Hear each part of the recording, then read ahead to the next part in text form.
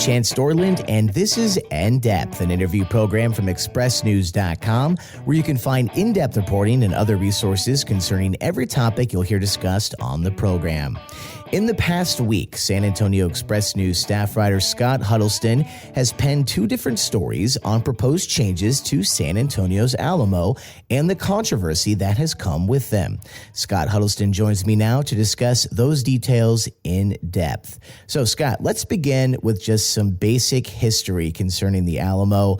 What are the facts that many Texans, especially from the San Antonio area, might know by heart about what happened there? Well, the Alamo began really as a mission. So let's go back to 1718 when San Antonio was just founded. On May 1st, 1718, the mission San Antonio de Valero was established somewhere in what now is kind of the northwest corner of downtown San Antonio. But that mission relocated twice. And when it came to the third site in 1724 is when it was reestablished at the site that we now know as the Alamo. So it was a functioning mission for almost 70 years, and then it was secularized in 1793. So it had been a community of indigenous people, interacting with Spanish friars and craftsmen and developing farmland in the area for decades. And then the mission era kind of declined, and that site became a Spanish military fortress. And it was occupied by a cavalry company from a place called Alamo de Parras. And that's when, in the early 1800s, it became known as the Alamo. So after Mexico took over Tejas in 1821, that fortress was occupied by Mexican military forces. And then in the December 1835 Battle of Béjar, the Texians took over the Alamo. And that kind of set the stage for the famous 13-day siege in 1836 that became the subject of books and movies. And that is the event that we know as the siege and the Battle of the Alamo, the battle for Texas independence. And so, of course, Scott, now you jump forward to current times. And when did the Alamo take on the physical characteristics and the layout that you can see today? If you were to walk a handful of minutes from our building right to the center of it today. Well, the Alamo was the site of this famous battle where Texians and Tejanos were outnumbered more than 10-1. And they were all killed in the battle or executed afterward. And then the war for Texas independence moved to the east. And Santa Ana was captured at the Battle of San Jacinto, which occurred near what we now call Houston. And so that occurred in April of 1836. When news got back to the Mexican troops that were still at the place known as the Alamo, they began basically destroying the fortress so that it could no longer be used again against the Mexican government. So they began knocking down the walls and setting the church on fire, basically destroying what had been the 1836 compound. And what happened after that, about almost 15 years later, the U.S. Army, after Texas became a state in the United States, the Army came in 1850 and put a roof on the church and began using the Church of the Alamo as a warehouse, basically, and they added a second floor. So after that, it became kind of an era of commercialization in and around that place that we now know as the Alamo. There was a jail and a police station attached to, kind of adjoining to the church, the iconic church that we now see today. And that whole area became commercialized. There were cattle drives that were brought through and barbed wire demonstrations in the plaza. The chili queens served chili on makeshift tables there in the plaza, and there was an opera house built across the plaza on the opposite side. So what we see today is an extension of that commercialization and basically a modern city that grew up around the site known as the Alamo. And so, Scott, now tell me about this new $450 million reimagining of the Alamo and the area around it that you've recently written about. Who's behind it, and what are these proposed changes? So for probably some 30 plus years, there have been grumblings that the Alamo as a historic site is not treated with reverence. And changes that have occurred in the management of the Alamo and, just different ways that we view preservation now and, ideals about how we remember our past have kind of changed the public dialogue. And so now what we have on the table is a public-private project led by the City of San Antonio, the Texas General Land Office, which now is the custodian of the state-owned Alamo complex, and a private endowment, the Alamo Endowment, which would privately raise $200 million plus, possibly, to contribute to what the state and the city are already providing in terms of funding for this project.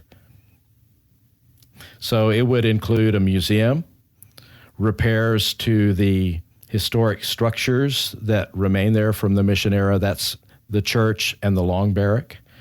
And there are other elements that are more controversial in terms of how the plaza would be treated, including closing the streets to traffic and moving what we call the Alamo Cenotaph, which is a 1930s monument to the defenders who died there. And tell me more about the cenotaph, because that's really, my impression at least, what's the most controversial part of all of these changes. It's a monument. It's a work of public art, and the descendants of the Alamo defenders feel a very personal, close attachment to that monument, and they view it as kind of the tombstone for the Alamo defenders, and they don't want to see it moved. It had last year been proposed that the cenotaph would move about 2 blocks to a pocket park along Market Street close to the convention center, and it was argued that that would be an appropriate place for it because the Alamo defenders' bodies had been stacked in funeral pyres and burned. And that was, many believe, close to one of the sites of the funeral pyres. So the rationale was that it would be in an appropriate setting close to that place. But many of the descendants felt that it should stay where it is, or at least be in a place close to the iconic church that we now associate with the Alamo. So what they've come up with now is what they're calling a compromise. So the cenotaph would basically be moved 500 feet to the south, and it would still be in line of sight of the iconic church, and you would be able to see the cenotaph with the church nearby. They would both be in view. So it remains to be seen whether that will they'll be able to build consensus and get everyone on board with that. And then correct me if I'm wrong, this idea of moving the cenotaph, this is because they want more space there, correct? Like there's plans to have some seating and other proposals. They want to kind of open up the area. Right. The cenotaph is about 60 feet high, and it takes up a lot of space in what was the historically open plaza. This was an open courtyard in 1836 and during the Mission era. So the idea is restoring that courtyard area to an open space as it had been before, so that there could be ceremonies and reenactments and demonstration and those kinds of things in a public space that resembles what it used to be. And while there are so many groups and individuals who oppose moving the cenotaph, as we've just discussed, as well as these other proposed changes that would happen to the current setup of the Alamo that you've laid out, there are those who actually are for some of the changes, including a high-profile group that wants to remove what has been described as a kind of carnival atmosphere created by T-shirt shops and amusement attractions on the battle site. If you go there, you see them. So tell me about this specific group. This is actually a group of descendants from someone who's very well known for the Alamo. Right. Well, we recently had the descendants and kin of David Crockett in San Antonio, who very much would like to see the streets closed in the plaza and these businesses relocated. So you've got things like Ripley's Haunted Adventure, the wax museums, those kinds of things, the T-shirt shops that many have felt detract from an atmosphere of reverence that they feel should be, prevailing in this, historic mission site and battleground. But it's really not just descendants who feel that way. It's visitors. It's and a lot of locals feel that way too. So what the city is trying to do to make sure that those businesses remain intact and that those jobs are not lost is relocate those businesses to a new entertainment district. And that area has not been identified yet, but what the city is looking at doing is, working with those businesses so that they will be outside the immediate area of the Alamo, but still in an area close enough that they'll be able to, feed off some of the foot traffic that's generated by the Alamo and the Riverwalk nearby. I would just assume that a lot of the people who either work for these businesses or perhaps run or own these businesses that we've just mentioned might be against an idea like that. The whole idea of you have a certain area, that you're making business off that versus some proposed other area that you mentioned hasn't been realized yet. That makes sense to me. I assume that might be the case. But do you have an idea, Scott, of just generally what do other business owners or just average citizens in San Antonio think about some or all of these changes? Is this something that affects most people, or do you think that perhaps unless you're involved with the business or you're very connected to the Alamo for one reason or another, is this something that might not concern people? What do you think the climate is around this? I think there are two minds that people empathize with the idea of free enterprise and the fact that those businesses are there. But at the same time, there are a lot of people who feel that they could be elsewhere in downtown and still, generate enough foot traffic to be, feasibly operating and continuing.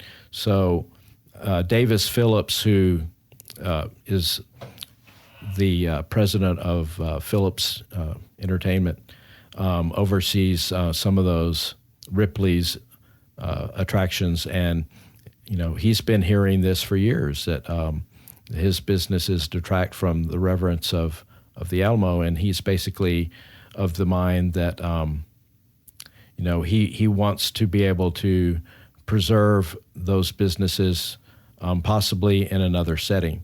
And they have long-term leases on these 3 buildings in the plaza that are now state-owned. The state bought them a few years ago.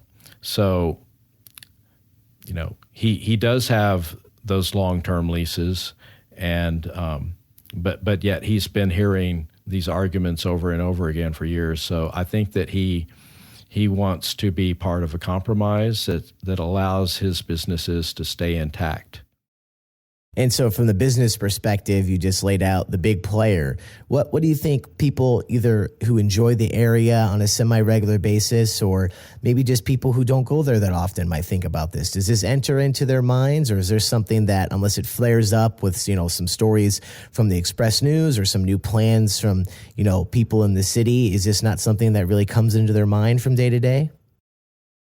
I think that a lot of people are seeing these plans, and they may be reacting negatively to one aspect of them, but generally they're seeing these artist renderings of this cool, shady place, whereas what we have now is a very kind of hot, hard, hostile environment with the flagstone. They would like to see more green space, more shade, something that's more visitor friendly, the kind of place that you would want to go and have lunch, bring a bag lunch, or some place to just kind of, a more engaging place to congregate. But the city redid Main Plaza, which is another historic plaza in downtown San Antonio, a few years ago, and that project was very problematic in terms of having to make changes to the plan because, for example, they didn't have the right kind of surface material for baby strollers and wheelchairs. Some of the trees died, and so they had to build shade structures. So the designers of that plaza makeover had to keep coming back to the city's Historic and Design Review Commission for changes in the plans. And what I think, that's part of the reason why I think the officials in charge of this plan are being so methodical and trying to build consensus on what people can agree on so that, they can have a clear plan that they can stick with and not have to make changes. And then finally, Scott, this proposal you just mentioned, also the controversy on different parts of that proposal. Where does this all go next? There will be some public meetings June 18th to the 21st. And then I believe that there will be some more in mid-July. And those will be used to kind of give some feedback to the committees in charge of the master plan about how to move forward. How can they make this plan work, particularly as it relates to closing the streets and redirecting traffic? Can they build consensus on whether or not to move the cenotaph? And the idea of demolishing buildings to create more open space is another hot topic that they'll have to, consider the feedback on and ultimately make a decision on what they're going to do next as they enter the design phase of this whole project. Scott Huddleston, thank you for the history and the updates on where the Alamo stands now and, as you just mentioned, where it might stand in the future. Thank you, Chance.